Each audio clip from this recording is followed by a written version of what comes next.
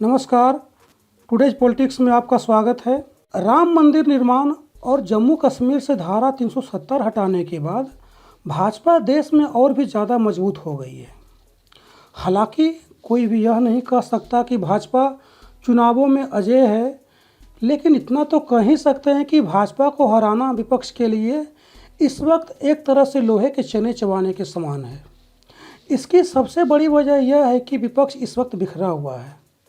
वैसे विपक्ष के कई नेता जैसे राय रत्न अम्बेडकर, मायावती, अखिलेश यादव और ओवैसी इन दिनों भाजपा पर भारी पड़ते हुए नजर आ रहे हैं।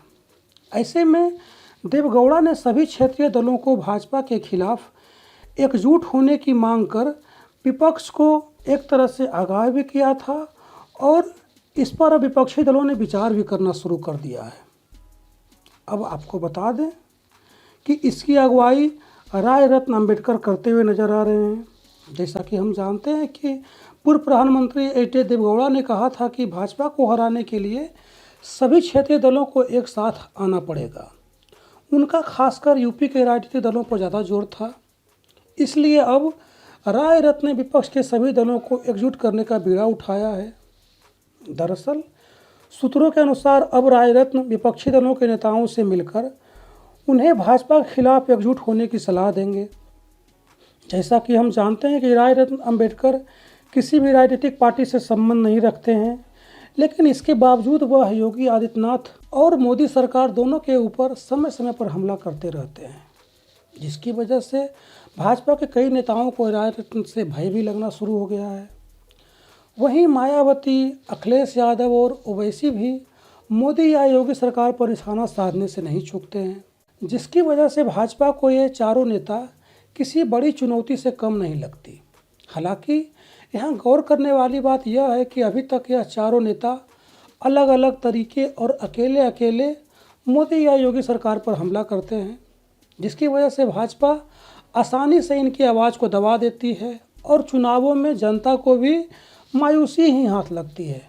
लेकिन अब एक बार फिर उत्तर प्रदेश और बिहार में चुनाव होने वाले हैं और जनता को उम्मीद है कि राय रत्न अम्बेडकर, मायावती, अखिलेश यादव और ओवैसी सभी मिलकर भाजपा को सत्ता से बेदखल करेंगे। जाहिर सी बात है कि अब तक ये नेता लोग समझ चुके होंगे कि उनका आपसी मतभेद ही भाजपा की सबसे बड़ी ताकत है। इसलिए अगर चुनावों के पहले ये सभी नेता आपसी मतभेद भुलाकर एकजुट हो गए तो फिर यह कहने की ज़रूरत नहीं कि विधानसभा चुनावों में भाजपा का क्या हश्र होने वाला है।